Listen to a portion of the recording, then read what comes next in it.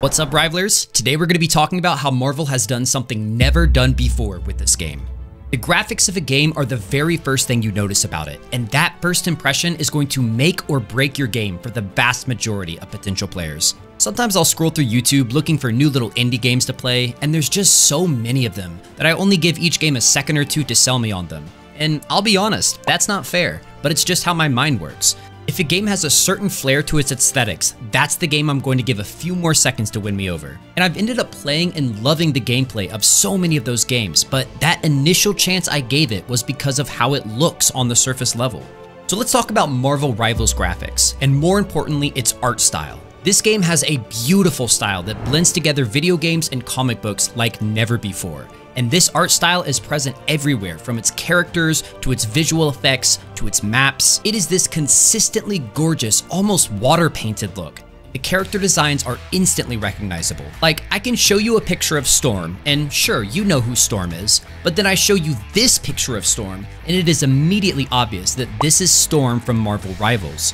Every character just has a certain look to them, with all of these sharp angles and these little lines that exist outside the character's silhouettes to make them feel like they are literally jumping off of a comic book page. Now, it's the year 2024. Graphics have advanced to the point where if Marvel wanted to, they could have just made a super realistic looking, high fidelity 4K resolution game, kind of like those fan-made Unreal Engine games where everything looks nice and shiny, but it just doesn't have the soul that it's supposed to.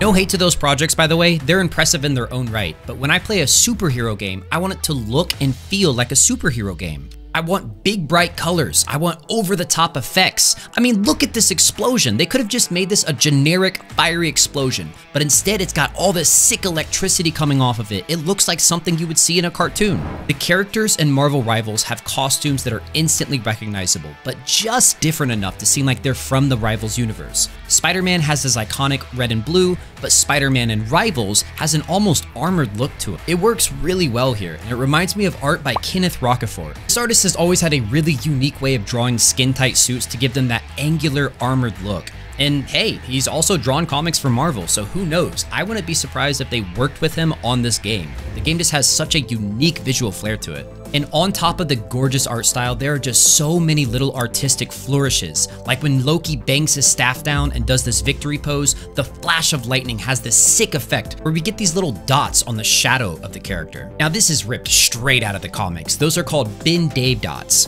Where comic books in the 1950s would have them to create a shading effect. These little dots fill in the negative space and just give you something super visually unique.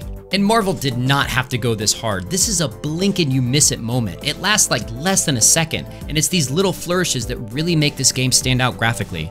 The way that the action lines of Black Panther's claws linger in the air after he swipes. The way that these impact frames give real weight to the character's actions. It truly is the closest thing we've gotten to a real comic book video game.